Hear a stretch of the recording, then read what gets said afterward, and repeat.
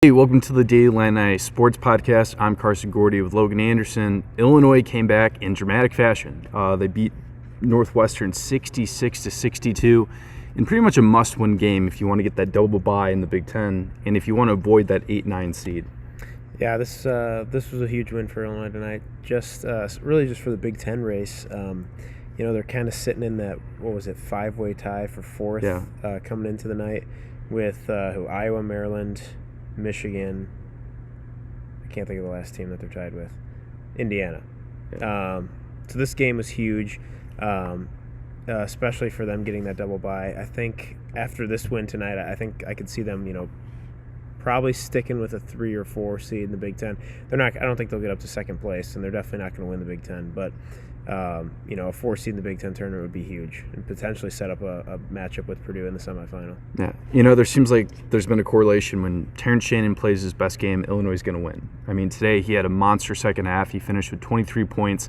And for the first time pretty much since UCLA, he was efficient from the three-point line. He was 4 or 5, but he was driving to the rim too. I mean, that was one of the most well-balanced offensive attacks we've seen. Yeah, I think being out for a couple games kind of helped him get his legs back.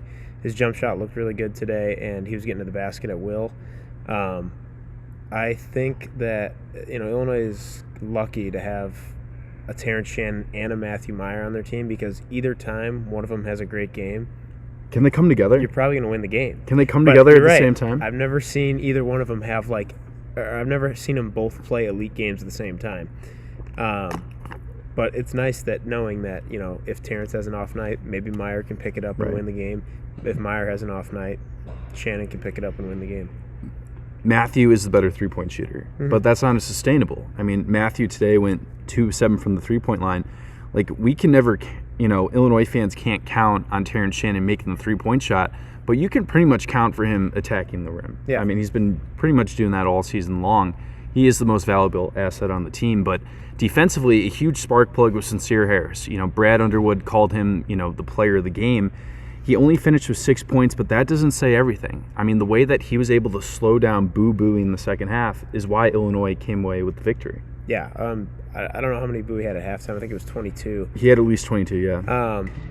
And pretty quickly in the second half, I believe it was probably more than that. It was probably like 28 or something. He had a huge majority in the first half. And he came off, in the second half, started hot and got out to, 32 points. But the last 14 minutes of the game with Sincere as the primary defender, he only scored 3 points. And that really helped Illinois get back in the game, because if Bowie's not scoring, Audige didn't have an excellent night from Northwestern. And other than those two guys, I mean, who else is going to be scoring at will and putting up huge numbers? Really nobody. So you take Buie out of the game like that, it gave Illinois a great shot to win, and they came back. Yeah, he's one of the best senior guards. But for Illinois, it's been the freshman guards that have really stepped up. Since Sky Clark has left, Ty Rodgers has become more of an offensive threat. Jay Nepps has been, a bucket for Illinois. But I think we just witnessed Jay Nepps' worst game today. Yeah, either that or I remember the very first game of the season. He wasn't very good. This was worse, though. This was worse because, he looked, disengaged. He pointed out on the bench, and he was definitely frustrated. You could tell that, he was upset. It was a huge game, and he just didn't have it tonight. And hopefully that's just a one-game thing, and he comes back out strong on Sunday against Ohio State. It just seemed uncharacteristic. Yeah, it did. He seemed flustered. There's been games where he's not been efficient, shooting the ball, but he continues to shoot. He continues to have on-ball defense. He continues to facilitate. I mean, there's really not much positive to say about Jay Nepps other than let's hope he gets back for Ohio State and Michigan. Yeah, and I think Buie going off to start the night, that kind of just took it out of him, because Epps started the game on him, and it was not pretty. I mean, Buie was explosive right off the bat, and I don't know if maybe Jaden just didn't have it today. It wasn't in his he was in his own head, or maybe that hot start by Buie kind of threw him off. This game had Penn State vibes. I mean, you're down by 18. Boo Buie can't miss a shot. Matthew Myers had an awful first half. I mean, but are we surprised that Illinois was able to come back? I mean, they do have more explosive players than Northwestern, better in transition. This is kind of scary. What kind of team are you going to get in March? What if Illinois gets the 5 seed and they play a 12 seed Oral Roberts? I mean, that's not a lock of a win.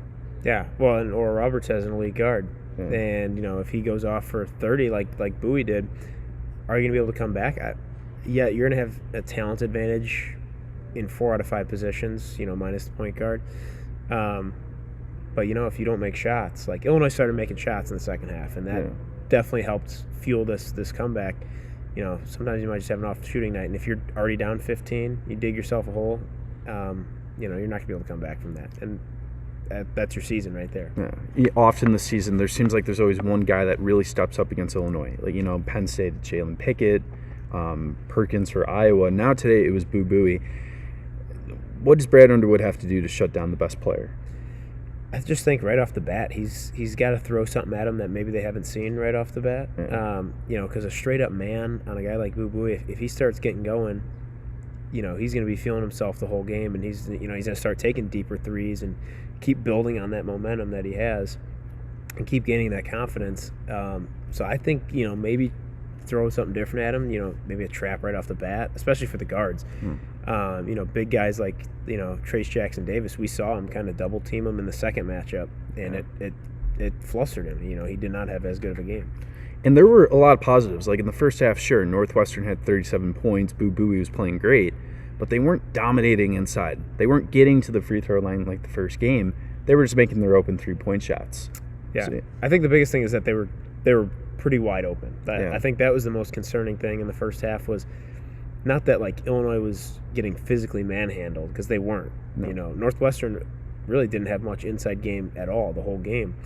They just dominated them on the perimeter, and their ball screen offense had guys wide open. I don't know if Illinois was just confused. Brad mentioned that players were going under screens, which is not what he teaches at all. So I don't know if maybe they just weren't ready, or they just didn't have the right mental headset going into the game.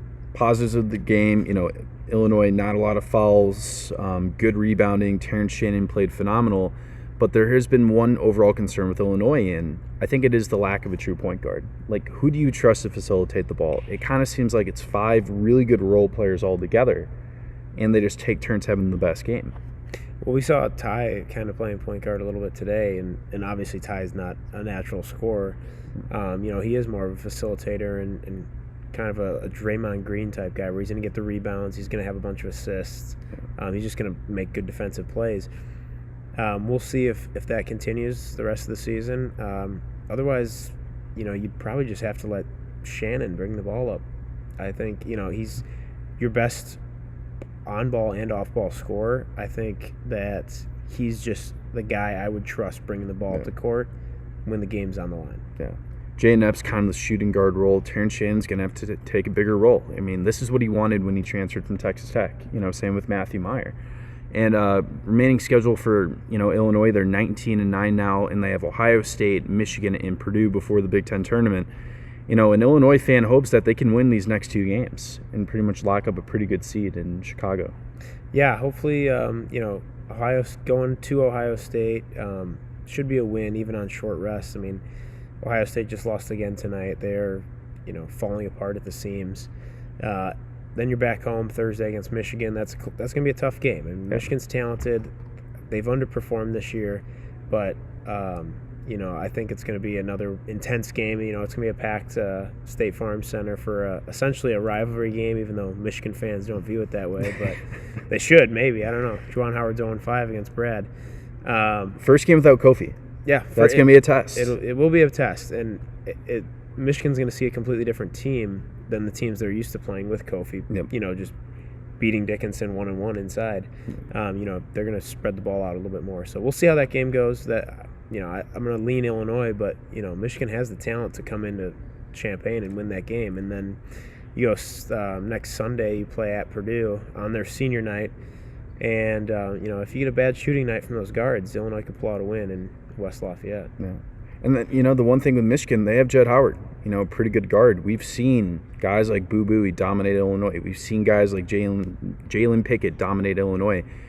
That's pretty much going to be the key to the game. I mean, Dickinson's going to get his 15, 20 points. You just have to make sure that Jet Howard doesn't score 35 from beyond the arc. Well, Jet's he's more of like a guard forward type. He's like a big guard like Pickett is. Illinois is not going to put. I don't think they're going to put Sincere or Epps or maybe even Shannon on them. I could see them starting Meyer on Howard, and we'll see how that goes. I mean, I think Meyer matches up pretty favorably. They're about the same height, so we'll see how that goes. I think Jet versus Meyer potentially will be the key matchup. Yeah.